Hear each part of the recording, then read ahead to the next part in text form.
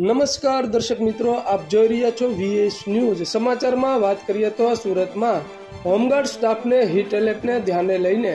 Energy drink તથા માહિતી પત્રિકા વિતરણ કરાયું। સમગ્ર વિગતની વાત કરીએ તો ઇન્ડિયન રેડ ક્રોસ 84 ગુજરાત રાજ્ય શાખા પ્રેરિત હીટ એલર્ટ વખતે ધ્યાનમાં રાખવા જેવી બાબતની માહિતી અને એનર્જી ડ્રિંક વિતરણ ટ્રાફિક પોલીસ હોમગાર્ડ સ્ટાફને આજરોજ ઇન્ડિયન રેડ ક્રોસ 84 શાખા દ્વારા અઠવા લાઇન્સ અડાજણ વિસ્તારમાં રેડ ક્રોસ સુરત શાખાના chairman Jigneshbhai J Shah, home guard commander Prafulbhai V Shiroya, chairman red cross blood bank પ્રમુખ Lokdrashti Chakshu bank red cross શાખાના ડોક્ટર મુકેશ પી જગીવાલા,